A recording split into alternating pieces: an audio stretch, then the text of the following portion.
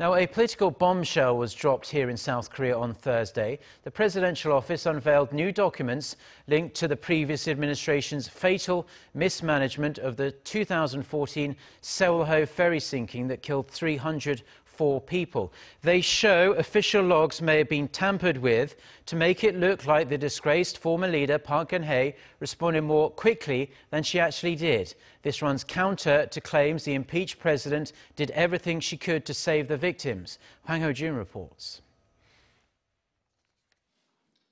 The presidential office of Cheong Wa Dae says it's discovered documents showing possible tampering with initial reports about the nation's worst maritime disaster.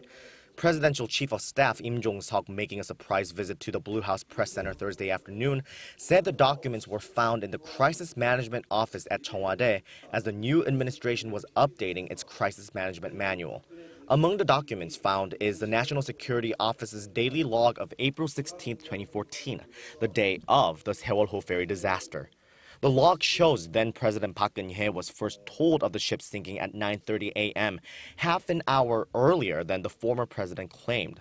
According to him, 6 months later in October, a revised log was published showing the first report was made at 10 a.m.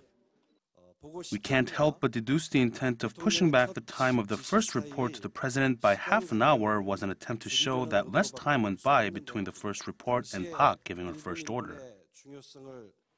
Park claimed she gave her first order at around 10:15, suggesting a 45-minute gap.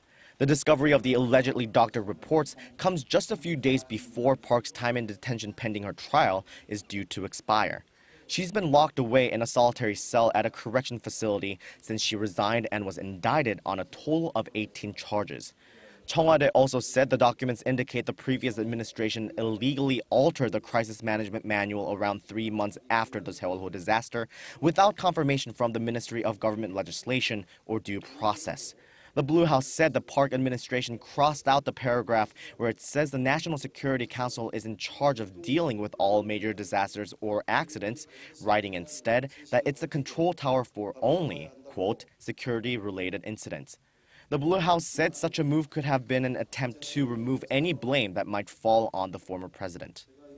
The presidential office said it plans to transfer the documents to investigative agencies and said such a tragedy caused by gross manipulation of power must never happen again. Now, with the sensitive and controversial discovery, the nation's focus once again turns to the local district court that will decide whether to keep former President Park Geun-hye in jail during her ongoing trial.